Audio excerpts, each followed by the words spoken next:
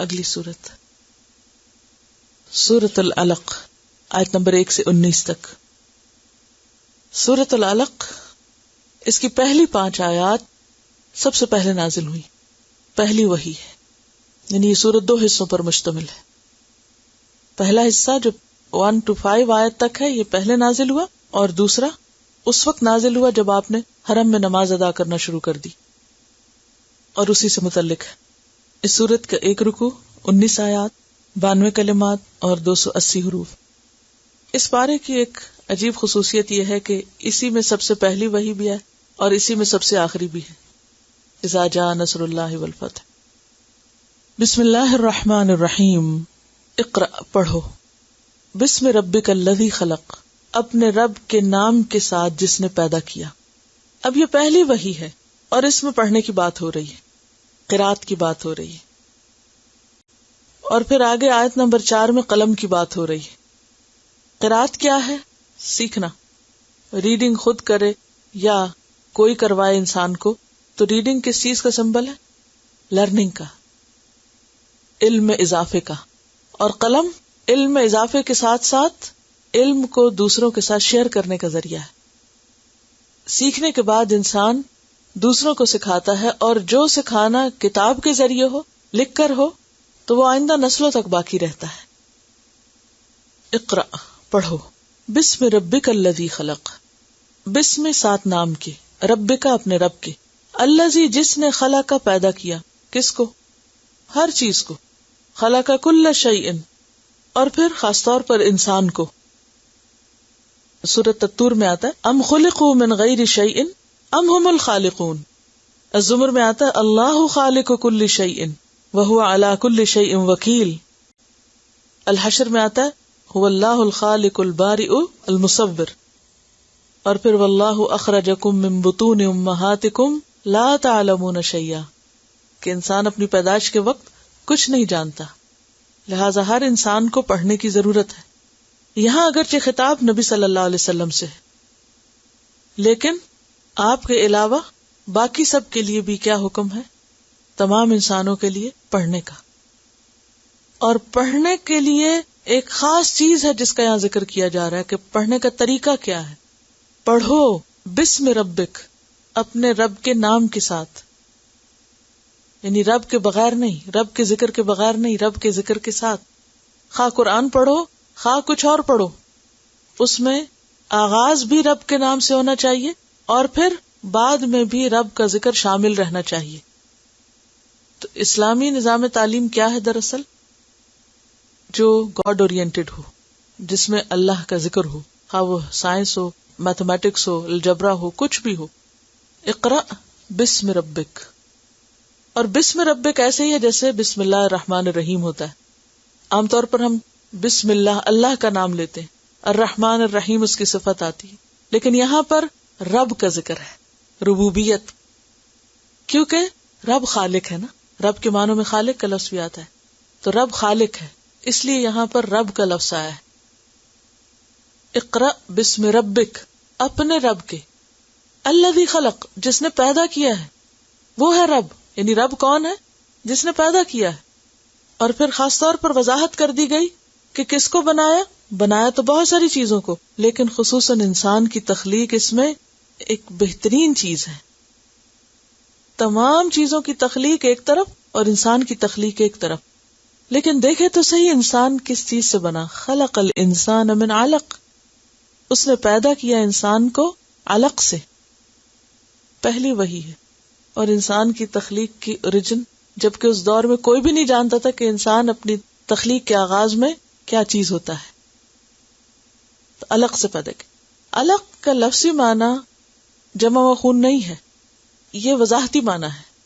آپ دیکھیں گے کہ اول سے آخر تک اکثریت، یہ آیتیں چونکہ بہت زیادہ نون ہیں، پڑھی جاتی ہیں، تو اکثریت ترجمہ کیا کرتی؟ جمع و خون. علق یعلق کو ہوتا ہے چمٹنا، معلق ہونا، لٹکی ہوئی اور چمٹی ہوئی چیز. لٹکتی وہی نا جو چمٹی ہوئی ہو، جو چمٹے نہ وہ لٹک بھی نہیں سکتا. کیا ہوتا ہے؟ تو دھڑام سے نیچے گر جائے گا. اسی سے لفظ ہے تعلق. کسی سے تعلق کا کیا مطلب ہے؟ اس سے چمٹے ہوئے ہم، یعنی اس سے کوئی رابطہ، کنیکشن ہے. اور اسی سے پھر عام طور پر ہم متعلق کا لفظ بھی بولتے ہیں. یہ چیز اس سے متعلق ہے. کیا مطلب ہے؟ اٹیچڈ ہے، چمٹی ہوئی ہے. جی یہ ہے علق. تو خلق الانسان من علق، انسان کو علق سے پیدا کیا. اور علق چمٹی ہوئی چیز، چمٹ جانے والی چیز. تو انسان اپنی تخلیق کے آغاز میں نطفے سے علقہ میں بدلتا ہے. اور اس بات کو سمجھنے کے لیے آپ نے کئی دفعہ تجربہ کیا ہوگا، اگر انڈا کبھی توڑیں تو اس کے اندر ایک خون کی دھاری ہوتی ہے، کیونکہ خاص طور پر جو اصلی انڈے ہوتے ہیں نا، وہ اگر اس کا ٹیمپریچر ذرا بھی موافق ہو جائے جس میں تخلیق ہو سکتی ہو تو وہ فوراً اس میں خون پڑ جاتا ہے. اور وہ خون کس بات کی علامت ہے؟ کہ اس میں تخلیق کا عمل شروع ہو گیا. تو اس لیے علق جو ہے وہ خون کی پھٹکی ہے، وہ دھاری ہے کہ جہاں سے تخلیق کا آغاز ہوتا ہے. اور ماں کے پیٹ میں بھی نطفہ بہت جلد علقہ یعنی خون میں بدل جاتا ہے، اور بدلنے کے بعد وہ رحم کے ساتھ چپک جاتا ہے. اور چپکنے کے ساتھ وہ اسے لیٹ نہیں جاتا بلکہ جوک کی شکل میں لٹکا ہوا ہوتا ہے. تو اس میں پھر وضاحتی معنی میں کیا ہے؟ جمع ہوا خون، اسپیک آف بلڈ کہہ سکتے ہیں، چھوٹی سی پٹکی جسے کہتے ہیں. بعض نے اس کا ترجمہ لوتھڑا بھی کیا، لیکن لوتھڑا ٹھیک ترجمہ نہیں ہے. لوتھڑا بڑا ہوتا ہے، یہ وہ چھوٹی پٹکی ہے جس میں کلر بدلتا ہے، بہت آغاز میں ہوتا ہے یہ. اور پھر اس کی گروتھ ہوتی ہے تو ظاہر بڑا بھی ہو جاتا ہے، اور پھر اس کے بعد آگے وہ مضغہ بن جاتا ہے. تو خلق الانسان من علق. اچھا بات یہ ہے کہ اب قرآن مجید میں کہیں تو علق کا ذکر آیا ہے، کہیں پر نطفہ آتا ہے، کہیں پر سلسال آتا ہے، خلقہ من تراب بھی آتا ہے، خلقہ من نطفۃ، نطفۃ امشاج کا ذکر بھی آتا ہے، تین بھی آتا ہے، تراب بھی آتا ہے. تو بات یہ ہے کہ یہ کنٹرڈکشن نہیں ہے کہ اس سے بنائے یا اس سے بنائے، یہ سٹیجز ہیں درجہ بدرجہ. تخلیق انسان کی کیسے ہوئی ہے؟ سٹیپ بائی سٹیپ، درجہ بدرجہ ہوئی ہے. تو یہاں ایک ابتدائی درجے کا ذکر کیا جا رہا ہے، خلق الانسان من علق، کہ انسان کو اللہ نے علق سے پیدا کیا. اور سہولت کے لیے کہہ سکتے ہیں جمے ہوئے خون سے یا پھٹکی سے یا چمٹی ہوئی چیز سے. اب آپ دیکھیے کہ کتنے آغاز میں ایمبریولوجی کا سبق بھی دے دیا گیا کہ رب کا نام لے کر رب کی کتاب تو پڑھی ہی جائے گی، لیکن رب کی تخلیق پر غور و فکر اور اس میں بہترین تخلیق پر غور و فکر، یہ بھی سراسر عبادت ہے. اقرا، پڑھو، تاکید کے لیے آیا، کیونکہ اور بات شروع ہو گئی نا تو پھر دوبارہ پلٹایا گیا. نہیں، پڑھو. پڑھنے کی اہمیت اور زندگی بھر پڑھتے رہنے کی اہمیت، صرف ایک دفعہ پڑھنا نہیں کافی ہوتا. اقرا کے بعد اقرا ہے. اقرا، پڑھو. وَرَبُّكَ الْأَكْرَمُ، اور تیرا رب بڑا ہی کرم والا ہے. یہاں رب کی کیا صفت بیان کی گئی؟ الاکرم. اور اکرم کا لفظ کس سے ہے؟ کرم سے ہے. اور کرم ایسے شرف کو کہتے ہیں جو کسی کے اندر واقعی موجود ہو، اس کے اندر وہ ہو. کچھ اخلاق کی چیزیں تو ایسی ہوتی ہیں نا جو تصنع کے طور پہ اوپر سے مسلط کی ہوئی ہوتی ہیں، اور کچھ ایسی ہوتی ہیں کہ جو اندر رچی بسی ہوئی ہوتی ہیں، وہ اندر ہی ہوتی ہیں، بلٹ ان اور گاڈ گفٹڈ بعض اوقات کہتے ہیں. تو یہ تو انسان کے لیے تھے، لیکن وہ چیز جو اس کے اندر ہے ہی لازم ہے. تو کریم کسی کو اس وقت تک نہیں کہتے جب تک اس سے کرم نہ ہو. کوئی کریم کہلا ہی نہیں سکتا جب تک کہ وہ کرم نہ کرے. تو رب کیا ہے؟ کریم کی بجائے بھی یہاں کیا کہا گیا؟ اگرچہ کریم کا لفظ بھی رب کی صفت آئی ہے، بربک الکریم، لیکن یہاں کیا ہے؟ کریم سے بھی آگے الاکرم، افعال، بہت ہی کرم والا ہے، بہت ہی عزت والا ہے. اور اکرم سے مراد وہ بھی ہوتا ہے جو بلا غرض اکرام کرے، یعنی عزت دے، یعنی عزت دینے والا بھی ہے. وہ خود بھی عزت والا اور عزت دینے والا بھی ہے. اب اس سے کیا بات سمجھ میں آتی ہے؟ اقرا وربک الاکرم، عزت پڑھنے سے ہی ہے، مال سے تو نہیں. اقرا وربک الاکرم. اب اس میں آپ دیکھیے کہ ایک بات تو یہ ہے کہ ان العزت للہ جمیعا، بندہ جتنا بھی پڑھ جائے وہ اپنے آپ کو بڑی چیز نہ سمجھے. ایک چیز جو علم کو خوبصورتی دیتی ہے وہ تواضع ہے، عاجزی، ہمبلنس. اور علم کا تکبر بدترین تکبر ہوتا ہے کہ کوئی شخص علم کی بنا پر اپنے آپ کو بڑی شے سمجھنے لگے. اور یہ آپ سب کا بہت بڑا ٹیسٹ ہے اب آگے پریکٹیکل لائف میں. کیونکہ ہوتا یہ ہے کہ انسان کو جب کچھ پتا چل جاتا ہے نا اور دوسرے کو پتا نہیں ہوتا تو اس کے اندر بہت بے چینی شروع ہو جاتی. اس موقع پہ صبر کرنا بہت مشکل ہوتا ہے. نہ پتا ہو تو انسان، ہمارے استاد دیکھتے تو کہتے تھے کہ جہالت بڑی نعمت ہے. انسان بڑا خوش رہتا ہے جب کچھ پتا نہ ہو، اور جب پتا چل جاتا ہے تو زندگی حرام ہو جاتی ہے. پھر کوئی چیز انسان سے نگلی نہیں جاتی، یعنی غلط چیزیں پھر نگلی نہیں جاتی. پھر انسان کے لیے ایک تکلیف شروع ہو جاتی ہے جب کوئی غلط بات کرے، غلط کام کرے، غلط رویہ اختیار کرے، تو پھر انسان کے لیے بہت مشکل ہو جاتا ہے. تو بہرحال ایک بات تو یہی ہے کہ انسان جتنا بھی پڑھ جائے، الاکرم کون ہے؟ رب کریم. ان العزت للہ جمیعا. اور دوسری بات کہ انسانوں میں سے عزت کس کو ملتی؟ جس کے اندر تقوی ہو. تقوی کی بنیاد کیا ہے؟ علم. ان اکرمکم عند اللہ اتقاکم. تو تقوی خشیت خدا کا نام بھی ہے نا. تو انما یخشی اللہ من عبادہ العلماء. تقوی کا لیول کس کے ساتھ بڑھتا ہے؟ ایمان کے ساتھ اور علم کے ساتھ بڑھتا ہے. اقرأ وربک الاکرم. اور پھر خاص طور پر ربک الاکرم کیوں؟ کہ اقرأ بسم ربک. رب کا نام کیوں لیا جائے؟ کیونکہ جس چیز پر رب کا نام نہ لیا جائے، جس چیز کے شروع میں بسم اللہ نہ پڑھی جائے، وہ چیز جڑ کٹی ہے، اس میں کوئی برکت نہیں، اس میں کوئی خیر نہیں. کیونکہ رب نے بنایا اور رب ہی کا ذکر نہ کیا جائے، اس سے بڑی ناشکری کیا ہوگی. الذی علم بالقلم. وہ جس نے سکھایا، علم دیا قلم کے ساتھ. تو اس سے کیا پتہ چلتا ہے کہ سیکھنے کے لیے صرف ریڈنگ کافی نہیں، رائٹنگ بھی ضروری ہے، لکھنا بھی ضروری ہے. اور یہ ایک حقیقت ہے کہ جو چیز قلم سے نکل جاتی ہے، لکھی جاتی ہے، وہ انسان کے لیے یعنی اس کو بہتر طور پر سمجھا جا سکتا ہے. مثلاً آپ صرف خود پڑھتے ہیں، اس سے اتنی بات نہیں سمجھ آتی. جب آپ کسی سے سنتے ہیں تو وہ دگنی بات ہو جاتی ہے، اور جب آپ اس کو لکھ بھی لیتے ہیں تو پھر علم مکمل ہوتا ہے، اور پھر انسان کو پتہ بھی چلتا ہے کہ اسے کتنا آیا. کیونکہ آپ لکھیں گے وہی جو آپ کو واقعی سمجھ آئے گا، اس کے بغیر نہیں لکھ سکتے آپ. تو علم بالقلم. اور قلم کیا چیز ہے؟ قلم کا لفظی معنی تو تراشنا. تو پہلے زمانے میں قلم جو تھے وہ تراش کے بنائے جاتے تھے، چھیل کے بنائے جاتے تھے. اسے سر قلم کرنا، کیونکہ قلم کو تراش کے پھر اوپر سے کٹ لگاتے تھے نا، تو سر کاٹنے کے لیے بھی یہ لفظ آتا ہے. لیکن یہاں مراد پین ہے، لکھنے کی چیز، آلہ ہے. الذی علم بالقلم. اللہ نے قلم کے ساتھ تعلیم دی ہے، لکھنا سکھایا ہے. 3 چیزیں انسان کی ترقی کا ذریعہ بنی. یعنی انسانی علوم کے جو ماہر ہیں وہ کہتے ہیں کہ 3 چیزیں انسان کو آگے بڑھانے کا ذریعہ بنی. سب سے پہلی چیز جب انسان نے بولنا سیکھا، اور یہ بہت آغاز میں ہوا.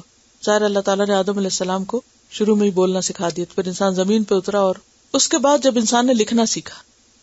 تو رائٹنگ کی ہسٹری پر اگر آپ کتابیں پڑھیں تو بہت عجیب و غریب انکشاف ہوتے ہیں کہ انسان نے کب لکھنا سیکھا. اور بہت قدیم ترین اقوام جو ہیں ان کے جو کھنڈرات نکلے زمین کی تہوں کے اندر سے ان میں بھی لکھی ہوئی چیزیں موجود ہیں. مثلا کہا جاتا ہے کہ سب سے قدیم ترین تحریریں جو ہیں وہ عراق کی ہیں، عراق کے علاقے میں. اور وہاں کے جو کھنڈرات ہیں اس کے اندر سے ٹھیکریاں ہوتی ہیں نا، جیسے ان کے اوپر انگریوڈ چیزیں. اور پھر صرف چند ایک ٹکڑے نہیں، بعض جگہوں سے تو ایسا لگتا ہے جیسے لائبریریوں کی لائبریریاں ہیں ان کے اوپر لکھی ہوئی، اتنے ریکارڈز ہیں. اب ان کو ڈیسائفر بھی کر لیا گیا ہے. اور اسی طرح لکھنے میں قدیم مصری جو ہے ان کی تحریریں ملتی ہیں، خاص طور پہ فرعون کے دور کی. اسی طرح چائنا میں تحریر کا آغاز ہوا، اور بلکہ جو پیپر ہے لکھنے کا جو وہ وہیں سے شروع ہوا تھا. وہاں سے مسلمانوں کے پاس ہے، مسلمانوں سے پھر آگے یورپ میں، یورپ سے پھر آگے یہاں تک آ گیا. لیکن موجد جو ہے وہ چائنیز ہے. اچھا، حدیث میں آتا ہے کہ اول من خط بالقلم ادریس علیہ السلام. سب سے پہلے لکھنا جس نے شروع کیا قلم کے ساتھ وہ ادریس علیہ السلام تھے. یہ ہمیں مسند احمد کی حدیث سے حضرت ابو ذر سے روایت ہے. اور تیسری چیز، 2 چیزیں تھی نا، ایک تو بولنا جب سیکھا، دوسرا لکھنا جب سیکھا، اور تیسرے جب پرنٹنگ پریس کا دور آیا تو انسان کی ترقی جو ہے، یعنی علم کی ترقی ہوئی تو انسان کو ترقی ملی. اب تو دن میں ہزاروں کتابیں چھپتی ہیں اور اب تو کوئی لمٹ ہی نہیں رہی. تو الذی علم بالقلم، وہ جس نے قلم کے ساتھ لکھنا سکھایا. یہ ایک حقیقت ہے کہ تحریریں جو ہیں وہ صدیوں تک باقی رہتی ہیں. علم کو ریکارڈ کرنا جو ہے قلم کے ذریعے وہ بے حد ضروری ہے. بھلے کتنے بھی وسائل موجود ہوں لیکن قلم کا اپنا مقام. علم الانسان، سکھایا انسان کو، تعلیم دی انسان کو، ما لم یعلم، جو وہ نہیں جانتا تھا. تو اس سے کیا پتہ چلتا ہے کہ علم کی اصل اللہ کے پاس ہے، اور انسان کو وہی ملتا ہے جو وہ دیتا ہے. یہ انسان کے اپنے بس کی چیز نہیں. علم الانسان ما لم یعلم. اور جو زمانہ ترقی کر رہا ہے اور جو لوگ آگے بڑھ رہے ہیں علم میں، تو یہ سب کیا ہے؟ بإذن ربہم. رب کا اذن جتنا ہوتا ہے انسان کا علم بڑھتا جاتا ہے. اسی لیے کیا سکھایا گیا؟ وقل رب زدنی علما. آپ کہیے اے میرے رب تو میرے علم میں اضافہ کر دے. رب ہی اضافہ کرتا ہے. تو علم اور رب اور قلم اور اقرا، یہ سب چیزیں کیا ہیں؟ دین میں لازم و ملزوم ہے. تو 3 خاص باتیں یہاں پر ذکر ہوئی. ایک تو اقرا، اور دوسرے قلم کا ذکر، اور تیسرے لا علم سے علم کی طرف آنا. علم الانسان ما لم یعلم. انسان کو وہ سکھایا جو وہ جانتا نہ تھا. اور یہاں اگر انسان سے مراد نبی صلی اللہ علیہ وسلم لیا جائے تو پھر ما کنت تتلو من قبلہ من کتاب. آپ اس سے پہلے کوئی کتاب پڑھنا نہیں جانتے تھے، تو نبی صلی اللہ علیہ وسلم کو علم کس نے سکھایا؟ اللہ تعالیٰ نے. وَعَلَّمَكَ مَا لَمْ تَكُنْ تَعْلَمُ. اور سکھایا تجھ کو جس کو تو نہیں جانتا تھا.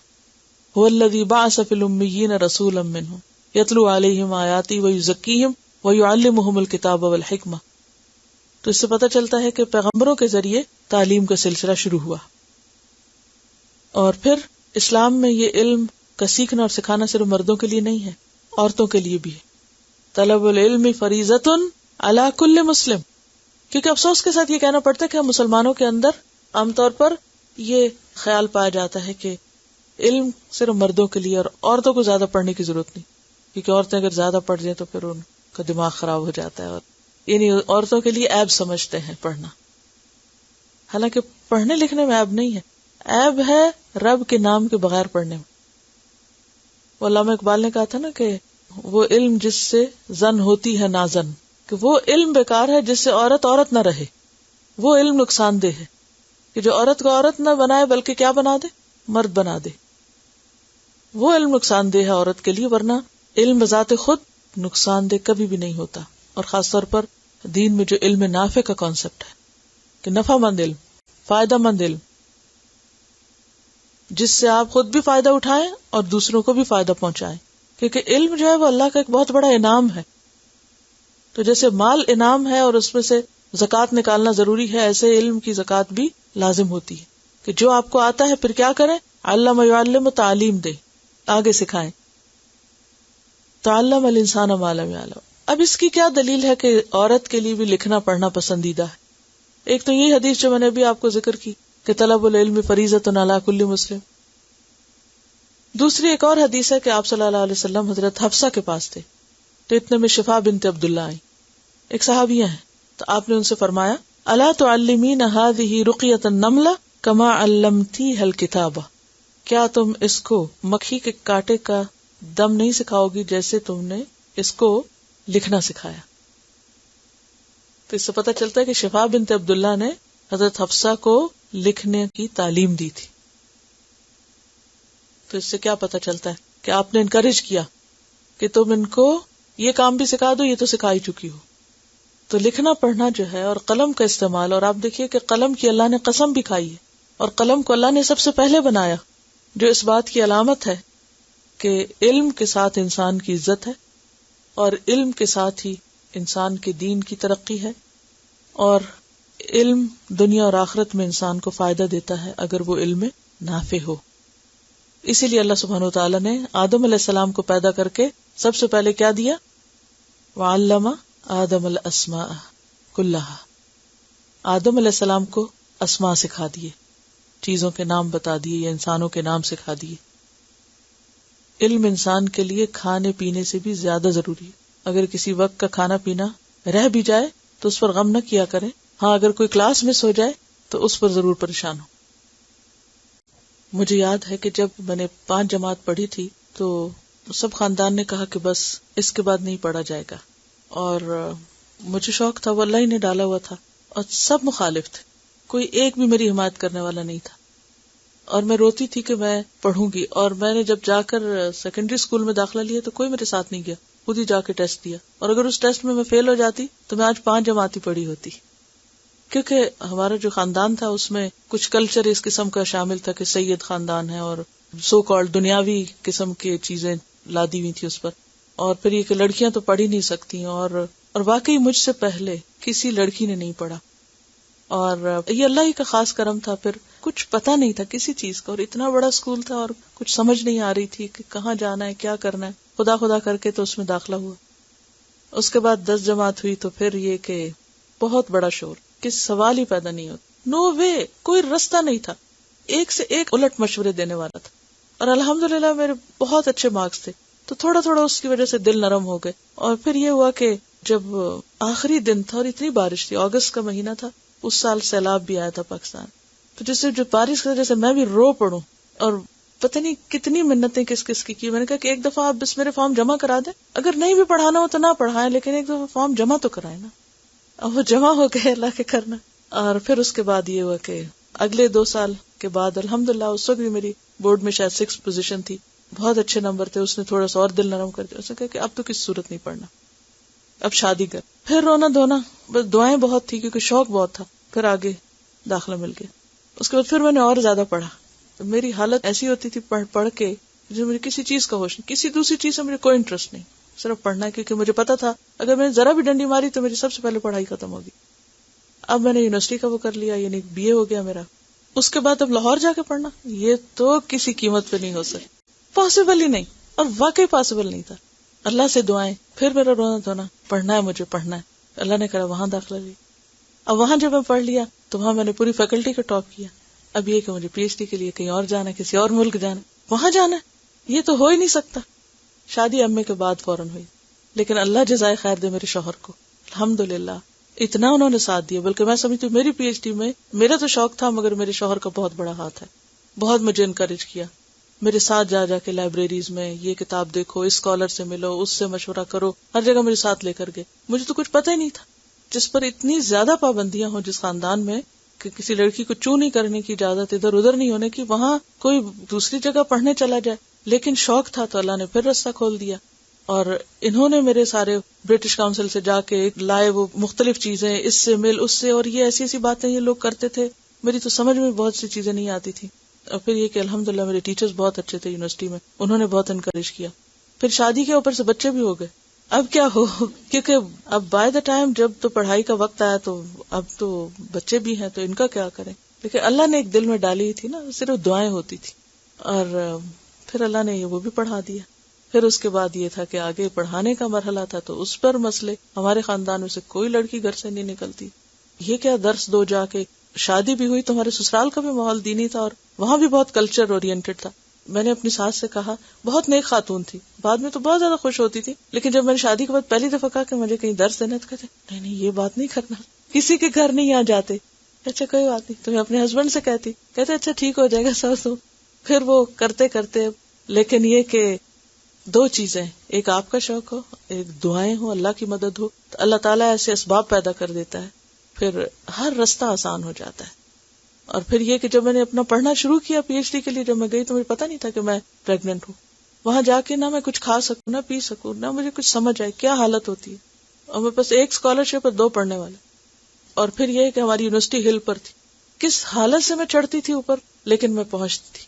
حتیٰ کہ میں اتنی حالت خراب ہو گئی کہ مجھے کچھ دن پہلے انہوں نے ہاسپٹل میں ایڈمٹ کر لیا کہ وہاں جا کے آرام کو. مجھے نیند ہی نہیں آتی تھی. ادھر سے رمضان، اور رمضان کی رات 21ویں رات تھی. میں نے لوگوں کو کہا تھا میں آپ کو آ کے درس دوں گی، ہم رات جاگیں گے. وہ لوگ وہاں جمع ہیں اور میں ہسپتال پہنچی ہوئی ہوں کیونکہ میں نے جاتے ہی وہاں درس و تدریس کا کام بھی شروع کر دیا. اتنی برف پڑتی تھی اور مجھے چلنا ہی نہیں آتا تھا برف پہ. مجھے پتہ ہی نہیں تھا کہ اس کے جوتے الگ ہوتے ہیں.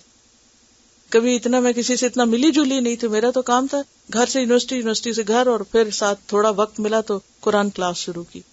یہ بھی شروع کی تو لوگ کہتے تھے یہاں کوئی پڑھنے نہیں آتا، کوئی نہیں آئے گا، آپ یہ شروع نہ کریں، تکلف ہی نہ کریں، ایک ایک منت کریں. میں کہتے بس تم ایک آ جاؤ، ایک آگے من کے تم ایک اور کو لے آؤ، وہ آگے ایک اور کو لے آؤ. اس طرح کر کر کے کلاس شروع ہوئی. تو یہ ہے کہ لقد خلقنا الانسان فی کبد، لیکن اللہ تعالیٰ راستے بناتا ہے. بات یہ کہ آپ خود اپنے ساتھ سچے ہوں. کیونکہ جب ہم یہ بہانہ کرتے رہتے ہیں کوئی ہماری بات ہی نہیں سنتا اور ہمیں کوئی تعاون ہی نہیں ملتا، تو اللہ تعالیٰ ایسے لوگ پیدا کر دیتا ہے کہ جو تعاون بھی کرتے ہیں. لیکن یہ کہ ہم پکی نیت کر لیں تو ہر چیز الٹ جائے گی. تو بات یہ ہے کہ انشاءاللہ سب مان جاتے ہیں، لیکن یہ ہے کہ انسان سب کو ساتھ لے کر چلے، سب کو ساتھ لے کر چلے. اگر میرے شوہر نے کبھی کہا کہ یہ نہیں کرنا تو کہتے اچھا ٹھیک ہے نہیں کرتے. پھر تھوڑی دیر بعد میں کہتی اچھا یہ کر لیں، کہتے نہیں کر، اچھا نہیں کرتے، پھر میں کہتے اچھا پھر کر لیں، اچھا چلو کر لیتے ہیں. تو یہ ہے کہ دوسروں کو بھی یہ دیکھتے ہیں نا کہ بھی شوق کتنا ہے، آپ کا شوق کتنا ہے. بعض اوقات ہم اپنا ہی شوق نہیں ہوتا اور پھر کیا دیتے ہیں جی فلاں ایسا کرتا ہے اور فلاں ایسا کرتا ہے. چلیے تلاوت. نبی صلی اللہ علیہ وسلم پر جو وحی آئی تھی اور اللہ سبحانہ وتعالیٰ نے خاص علم عطا کیا تھا، یہ بہت بڑا احسان اور بہت بڑا فضل ہے اللہ کا. اصل میں اس کی جو پیچھے تاریخ ہے کہ یہ آیات جب نازل ہوئی تو اس وقت آپ صلی اللہ علیہ وسلم کی کیفیت کیا تھی، اگر آپ یہ تجلیات نبوت سے پیج نمبر 42 سے دیکھیں. جب 40 سال عمر پوری ہو گئی، اور یہی سن کمال ہے، عموماً اسی عمر میں پیغمبر بھیجے جاتے ہیں، تو نبوت کی چمک دمک اور سعادت کی جھلکیاں نظر آنی شروع ہوئی. چنانچہ آپ نیک خواب دیکھتے، جیسا دیکھتے ویسا ہی پیش آ جاتا. پھر روشنی نظر آنے لگی اور آواز سنائی دینے لگی. آپ فرماتے ہیں کہ میں مکہ میں ایک پتھر کو پہچانتا ہوں جو بیست سے پہلے مجھے سلام کرتا تھا. یہ قبل از نبوت کی علامات ہیں، یہ پریپیئر کیا جا رہا ہے کہ آپ اس بھاری بوجھ کو اٹھا سکیں. پھر تیسرے سال کے رمضان میں، یعنی یہ تقریباً اس کو 2 سال لگ گئے. کیا تھا کہ سچے خواب آتے تھے آپ کو اور روشنی نظر آتی اور پھر آوازیں آتی. پھر تیسرے سال کے رمضان میں جب آپ کی عمر کا 41واں سال چل رہا تھا، آپ صلی اللہ علیہ وسلم غار حرا کے اندر ذکر اور عبادت میں مشغول تھے. یکایک جبریل علیہ السلام نازل ہوئے اور وحی و نبوت سے نوازا. حضرت عائشہ فرماتی ہیں رسول اللہ صلی اللہ علیہ وسلم پر وحی کا آغاز نیند میں اچھے خواب سے ہوا. آپ جو خواب دیکھتے وہ سفید صبح کی طرح نمودار ہوتا. پھر آپ کو تنہائی پسند آنے لگی، چنانچہ آپ غار حرا میں خلوت اختیار فرماتے، کئی رات گھر آئے بغیر عبادت کرتے اور اس عرصے کے لیے توشہ بھی لے جاتے، یعنی کھانے پینے کا سامان ساتھ ہی لے جاتے. پھر حضرت خدیجہ کے پاس واپس آتے اور اسی جیسی مدت کے لیے پھر توشہ لے جاتے، یہاں تک کہ آپ غار حرا ہی میں تھے کہ آپ کے پاس حق آ گیا، یعنی آپ کے پاس فرشتہ آیا اور کہا پڑھو. آپ نے فرمایا میں پڑھنا نہیں جانتا. آپ فرماتے ہیں کہ اس نے مجھے پکڑ لیا اور اس زور سے دبوچا کہ مجھے چور کر ڈالا، پھر چھوڑ کر کہا پڑھو. میں نے کہا میں پڑھنا نہیں جانتا. اس نے دوبارہ پکڑ کر دبوچا اور چور کر ڈالا، پھر چھوڑ کر کہا پڑھو. میں نے کہا میں پڑھا ہوا نہیں ہوں. اس نے تیسری بار دبوچا اور کہا اقرأ بسم ربک الذی خلق خلق الانسان من علق اقرأ وربک الاکرم الذی علم بالقلم علم الانسان ما لم یعلم. ان آیات کو لے کر رسول اللہ صلی اللہ علیہ وسلم واپس ہوئے. آپ کا دل کانپ رہا تھا. حضرت خدیجہ کے پاس پہنچ کر فرمایا مجھے چادر اڑا دو، مجھے چادر اڑا دو. انہوں نے چادر اڑا دی یہاں تک کہ دہشت جاتی رہی. پھر حضرت خدیجہ کو واقعہ سنا کے فرمایا مجھے اپنی جان کا ڈر لگتا ہے. انہوں نے کہا کلا واللہ ما یخزیک اللہ ابدا انک لتصل الرحم وتحمل الکل وتکسب المعدوم وتقری الضیف وتعین علی نوائب الحق. یہ صحیح بخاری کی روایات ہیں. اللہ کی قسم ایسا ہرگز نہیں ہو سکتا. اللہ آپ کو کبھی رسوا نہ کرے گا. آپ صلہ رحمی کرتے ہیں، بے سہاروں کا بوجھ اٹھاتے ہیں، خالی ہاتھ والوں کا بندوبست کرتے ہیں، مہمان کی میزبانی کرتے ہیں، حق کے سلسلے میں پیش آنے والی مصیبتوں میں مدد کرتے ہیں. اس کے بعد حضرت خدیجہ آپ کو اپنے چچا زاد ورقہ بن نوفل کے پاس لے گئی جو دور جاہلیت میں عیسائی ہو گئے تھے اور عبرانی زبان لکھنا جانتے تھے اور انجیل لکھتے تھے، بوڑھے اور نابینا تھے. تو حضرت خدیجہ نے ان کے سامنے آپ کی حالت بیان کی. تو اس پر انہوں نے کہا کہ یہ وہی فرشتہ ہے جو موسیٰ پر نازل ہوا تھا. کاش میں اس وقت تک جوان ہوتا، زندہ ہوتا جب آپ کی قوم آپ کو نکال دے گی. آپ نے فرمایا کیا میری قوم مجھے نکال دے گی؟ ورقہ نے کہا ہاں، کوئی ایسا آدمی نہیں جو تمہارے جیسا پیغام لایا ہو مگر اس سے دشمنی نہ کی گئی ہو. اگر میں نے تمہارا وہ دن جس دن تمہاری قوم تمہیں نکالے گی پا لیا تو میں تمہاری زبردست مدد کروں گا. لیکن اس کے بعد ورقہ جلد فوت ہو گئے اور وحی رک گئی. پھر فترۃ الوحی تھا، پھر اس کے بعد دوبارہ وحی نازل. چلیے کلا ہرگز نہیں، ان الانسان لیطغی، بے شک انسان البتہ سرکشی کرتا ہے. الانسان سے مراد یا تو جنس انسان ہے یعنی عام انسان مراد ہے یا پھر ابو جہل. اور کہا یہ جاتا ہے کہ یہاں سے آخر سورت تک آیات جو ہیں وہ خاص کانٹیکس میں اتری ہیں اور وہ ابو جہل کے بارے میں ہیں. ابو جہل کا قصہ یہ ہے کہ جب اسے یہ پتا چلا کہ نبی صلی اللہ علیہ وسلم نے حرم میں نماز پڑھنی شروع کی ہے تو اس نے قریش کے لوگوں سے پوچھا کہ کہا واقعی یہ خبر سچ ہے؟ تو لوگوں نے کہا کہ ہاں. تو اس نے آپ صلی اللہ علیہ وسلم کو دھمکی دی اور کہا کہ آپ اس طریقے پر عبادت نہ کریں، یعنی رکوع اور سجدہ اور اس طرح نہیں کریں، اور اگر میں نے آپ کو حرم میں دیکھ لیا تو میں آپ کی گردن پر اپنا پاؤں رکھ دوں گا. اور ایک دفعہ ہوا بھی ایسے کہ نبی صلی اللہ علیہ وسلم سجدے میں تھے تو وہ آگے بڑھا اپنا ارادہ پورا کرنے کے لیے، لیکن لوگوں نے دیکھا کہ ایک دم پیچھے ہٹ گئے، یعنی آگے ہوا لیکن پیچھے ہٹ گیا. تو نے پوچھا کہ تم پیچھے کیوں ہٹے؟ اس نے کہا کہ میرے اور محمد صلی اللہ علیہ وسلم کے بیچ میں آگ کی خندق تھی.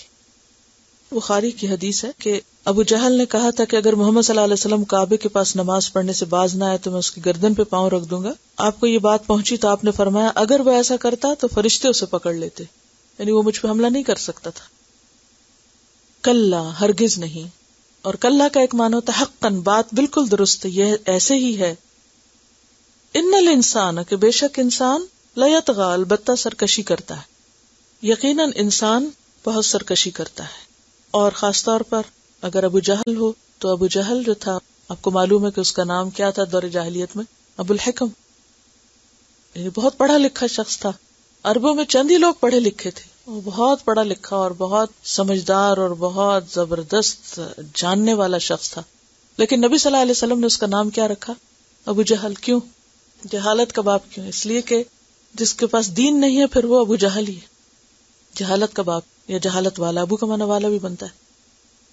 تو اب آپ دیکھیے کہ ان آیات کو اقرا بسم کے ساتھ کیوں رکھا گیا ساتھ کہ اقرا بسم ربک الذی خلق.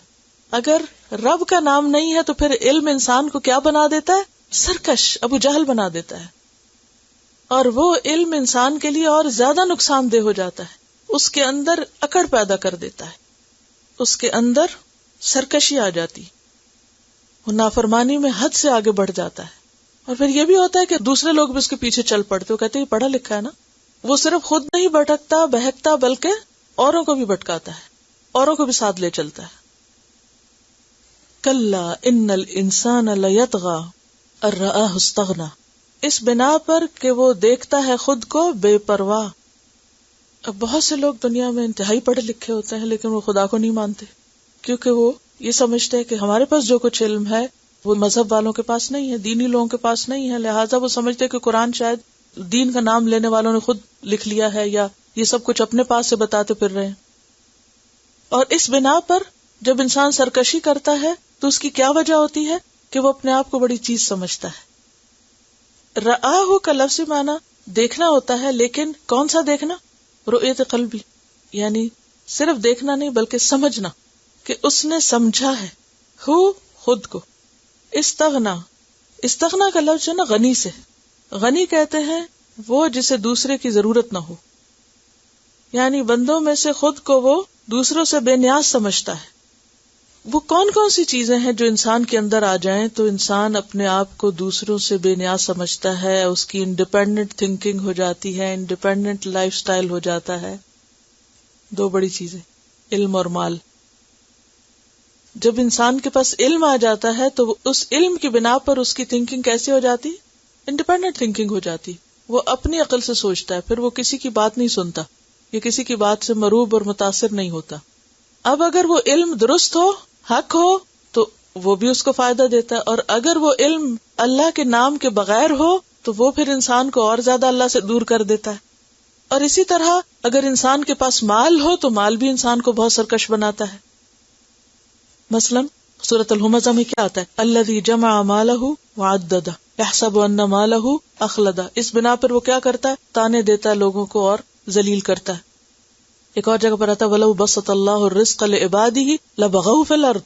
اگر اللہ بندوں پر ان کا رزق وسیع کر دے تو وہ کیا کریں؟ زمین میں بغاوت کر دیں، سرکشی کر دیں. جس کی مثال کون ہے؟ فرعون اور قارون. قارون کا حال آپ نے پڑھا. تو یہ ہے اس کی سرکشی کی وجہ کہ وہ اپنے آپ کو غنی دیکھتا ہے. اس کے برعکس سلیمان علیہ السلام کے پاس بھی علم تھا اور مال بھی تھا، تو انہوں نے اس مال سے کیا حاصل کیا؟ انی احببت حب الخیر عن ذکر ربی. وہ مال ان کے رب کی یاد اور رب کی محبت میں اضافے کا ذریعہ بنا. تو فرق کس چیز کا؟ یعنی علم اور مال خود برے نہیں ہیں، ڈپینڈ کرتے کہ وہ ہیں کس کے پاس. اگر علم شیطان کے پاس ہو، ابلیس کے پاس تھا تو وہ کیا بن گیا؟ شیطان بن گیا. اور مال اگر فرعون کے پاس ہو یا قارون کے پاس تو وہ انتہائی سرکش بن گئے. مال اگر ابو لہب کے پاس تھا تو کیا کہا؟ تبت یدا ابی لہب وتب ما اغنی عنہ مالہ وما کسب. وہ اپنے آپ کو بھلے غنی دیکھیں، بھلے بے پرواہ سمجھے لوگوں سے، لیکن ما اغنی عنہ مالہ وما کسب. تو یہی حال ابو جہل کا تھا. تو اللہ نے قرآن میں کیا سنا؟ فاما من طغى وآثر الحیاۃ الدنیا فإن الجحیم ہی المأوی. ان الی ربک الرجع، بے شک تیرے رب ہی کی طرف ہے پھرنا، لوٹنا، واپسی. یعنی انسان کے پاس کتنا بھی علم ہو، کتنا بھی مال ہو، تو اس کی حقیقت کیا ہے، اصلیت کیا ہے؟ سب کچھ یہیں رہ جائے گا. جتنا بھی مال کما لے، جتنا بھی علم اور ڈگریاں اکٹھی کر لے، سب یہیں رہ جائے گا جب تک رب کا نام بیچ میں نہ ہو. ان الی ربک الرجع. آپ دیکھیے کہ عربی زبان کی وسعت، یہ رجع یرجع سے وہاں والسماء ذات الرجع تھا، رجعن بھی مصدر اور رجع بھی مصدر. عربی میں بعض اوقات آپ اگر ڈکشنری کھول کے دیکھیں تو ایک ہی مادے سے کئی ایک مصدر نکلتے ہیں، اور بیسک معنی ایک ہی ہوتا ہے جو روٹ کا ہوتا ہے، لیکن مختلف مصادر مختلف طرح کی ضروریات لینگویج کی پوری کرتے ہیں اور پرفیکٹ مطلب دیتے ہیں وہاں. تو یہاں استغنا، صلی، تقوی کے وزن پر رجع، ورنہ اردو میں تو لوٹنا لوٹنا ہی رہے گا، آپ اس کو کیا کریں گے. اور ارأیت الذی ینہا، کیا تم نے دیکھا اس شخص کو جو منع کرتا ہے، روکتا ہے. اشارہ ہے ابو جہل کی طرف. عبدن ایک بندے کو، اشارہ ہے محمد صلی اللہ علیہ وسلم کی طرف. اور عبدن نکرہ، اور نکرہ کس کے لیے ہوتا ہے؟ تعظیم کے لیے بھی ہوتا ہے، یعنی محمد صلی اللہ علیہ وسلم کی طرف اشارہ ہے. اذا صلی، جب وہ نماز پڑھتا ہے، اسی واقعے کی طرف اشارہ جو بھی میں نے ذکر کیا آپ کی طرف. ارأیتا، کیا تم نے دیکھا. اب یہ جو ارأیتا ہے یہ تعجب کے لیے بھی آتا ہے. کیا غور کیا تم نے؟ دیکھو تو صحیح اسے ہوا ہے کیا. ان کان علی الہدی، اگر ہے وہ یا تھا وہ ہدایت پر. کون؟ عبد. او امر بالتقوی، یا وہ حکم دیتا ہے تقوی کا. او بمانا واو بھی ہوتا ہے، اور وہ حکم دیتا ہے تقوی کا، یعنی خود بھی ہدایت پر ہے اور لوگوں کو بھی تقوی اختیار کرنے کے لیے کہتا ہے. ارأیت ان کذب وتولی، کیا تم نے دیکھا اگر وہ جھٹلاتا ہے اور منہ موڑتا ہے. یعنی ایک بندہ کیا ہے، ہدایت پر ہے اور تقوی کا حکم دیتا ہے، اور دوسرا بندہ کیا ہے جو اس ہدایت اور تقوی کو جھٹلا دیتا ہے اور منہ موڑ کے چلا جاتا ہے. یعنی یہ شخص جو اللہ کے بندے کو نیک کام سے روک رہا ہے، جو ناحق جھٹلاتا ہے، کیا اس نے کبھی غور نہیں کیا؟ الم یعلم بان اللہ یرا، کیا وہ جانتا نہیں کہ بے شک اللہ دیکھتا ہے. وہ بھول گیا کہ اللہ دیکھتا ہے. اب دو کردار آ گئے نا سامنے، ایک کردار ہے محمد صلی اللہ علیہ وسلم کا اور ایک ہے آپ کے اوپوننٹ کا. آپ کا کردار کیا ہے کہ خود بھی ہدایت پر ہے، سیدھے رستے پر بھی، اور لوگوں کو بھی کس چیز کا حکم دیتے ہیں؟ تقوی کا. ابو جہل کا کردار کیا ہے کہ خود سرکش اور محمد صلی اللہ علیہ وسلم کو نماز سے بھی روکتا ہے. اب اگرچہ یہ اس ابو جہل کے بارے میں کہا گیا، لیکن آج بھی کئی ایسے ابو جہل ہوتے ہیں کہ جو نماز نہیں پڑھنے دیتے، جو نماز پڑھنے کو مائنڈ کرتے ہیں. یہ کیا ہر وقت تم لوگ مصلی پہ بیٹھے نظر آتے ہوتے نا، ایسے سنا ہے کبھی؟ یہ تکلیف دہ بات ہے. خود کو مسلمان بھی کہتے ہیں اور پھر نماز سے بھی روکتے ہیں.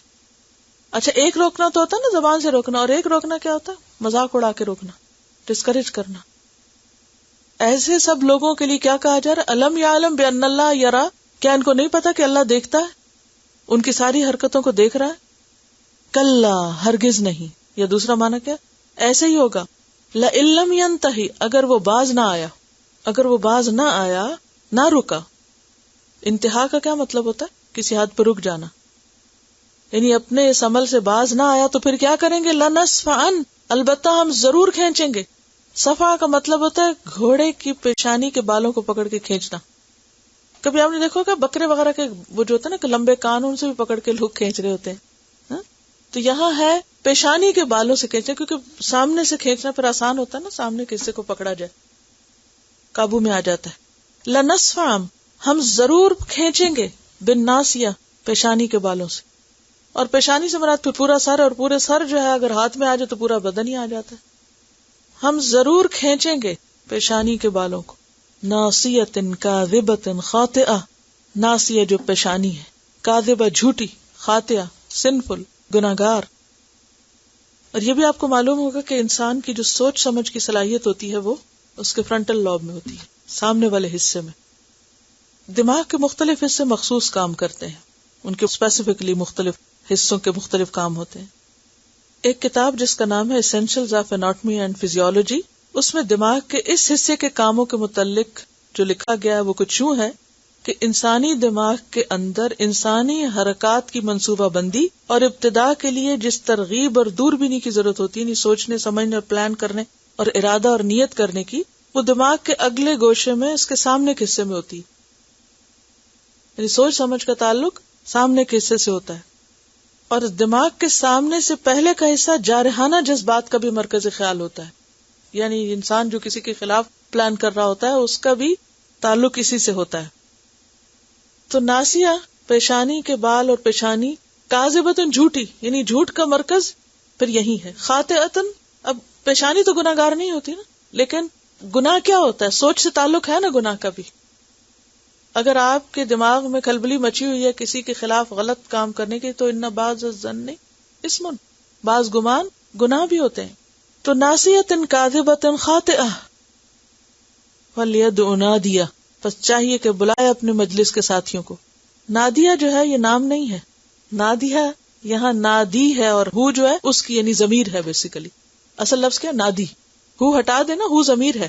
نادی چاہیے کہ بلائے نادی کو، اپنی نادی کو بلا لے. نادی کا لفظ ندا سے ہے، مراد ہے مجلس کے ساتھی، وہ مجلس جس میں بیٹھ کے مشورہ کیا جائے، جس میں چیخ پکار ہو رہی ہو. اسی سے دار الندوہ تھا. اور آج کل کی جدید عربی میں نادی کہتے ہیں کلب کو، جی، جہاں پر ہلا گلا بھی کر سکتا ہے انسان، بات چیت اور میل ملاقات. تو نادیہ اپنی مجلس یعنی اپنے ساتھیوں کو، اس کے جو دوست ہیں ان کو بلا لے، یعنی مددگار اپنے. سند الزبانیہ، ان قریب ہم بھی پکاریں گے زبانیہ کو، ہم بھی بلائیں گے زبانیہ کو.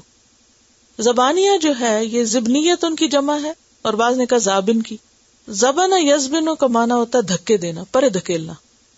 حربن زبون اس جنگ کو کہتے ہیں جو خوب رگڑا دے، سب کچھ ہٹا دے، نقشہ بدل دے. اور ناقتن زبون کہتے ہیں اس اونٹنی کو جو دودھ نہ دونے دے اور لات مار کے پرے ہٹا دے. کبھی دودھ دونے کا عمل دیکھا ہے جانور کے؟ اگر جانور دودھ نہ دینے دے تو وہ کیا کرتا ہے؟ اگر وہ نہ چاہے کہ دودھ دے تو پھر کیا کرتے؟ ٹانگ مار کے پرے کر دیتے. اس سے کیا ہوتا ہے کہ انسان وہ بل کھا کے پرے جائے. تو زبانیاں ایسے فرشتے ہیں کہ جو بس ایک بار مارے تو انسان رول کرتا پرے چلا جائے. جہنم کے داروغہ فرشتے، یعنی جہنم پہ جو مسلط فرشتے ہیں ان کا نام زبانیاں ہے. یعنی جہنم کی پولیس کہہ سکتے ہیں. ہم جہنم کی پولیس کو بلا لیں گے، جہنم کے پہرے داروں کو بلا لیں گے، گارڈز کو بلا لیں گے. اور کیسی ہے وہ پولیس؟ یفعلون ما یؤمرون، اللہ کے حکم کی پابند. اور زبان الاقرب بچھو کے ڈنگ کو بھی کہتے ہیں، ڈنگ. تو مراد یہاں کون ہے؟ دوزخ کے تند خو اور سخت گیر فرشتے جو دوزخیوں کو دوزخ کی طرف دھکیلیں گے. وہ پیچھے ہم نے پڑھا تھا نا کہ اس دن جہنم والوں کو یدعون الی نار جہنم، ان کو دھکے دے کے جہنم کی آگ کی طرف پھینکا جائے گا. تو یہ کون دھکے دیں گے؟ جہنم کے فرشتے ہی دیں گے نا، ان کو دھکا دے کے اندر کر دیں گے. سند الزبانیہ، تو ہم زبانیہ کو بلا لیں گے، ان فرشتوں کو بلا لیں گے. کلا، ہرگز نہیں، ہرگز نہیں. لا تطعہ، اس کی بات نہ ماننا. کون سی بات؟ نماز نہ پڑھنے کی. اس کی مخالفت کے باوجود نماز نہیں چھوڑنی. اس سے کیا پتہ چلتا ہے کہ اگر کوئی کسی کو نماز پڑھنے سے منع کرے تو انسان کو منع نہیں ہونا چاہیے. واسجد، اور سجدہ کرو. واقترب، اور قریب ہو جاؤ، کیونکہ سجدہ انسان کو اللہ کے قریب ترین کر دیتا ہے. حدیث میں آتا ہے وَأَمَّا الرُّكُوعُ فَعَظِّمُوا فِيهِ الرَّبَّ، رکوع میں اپنے رب کی تعظیم بیان کرو، یعنی سبحان ربی العظیم پڑھو. وَأَمَّا السُّجُودُ فَأَكْثِرُوا فِيهِ مِنَ الدُّعَاءِ، تو اس میں دعا کثرت سے کرو، کیونکہ رکوع میں کی ہوئی دعا قبول ہوتی ہے.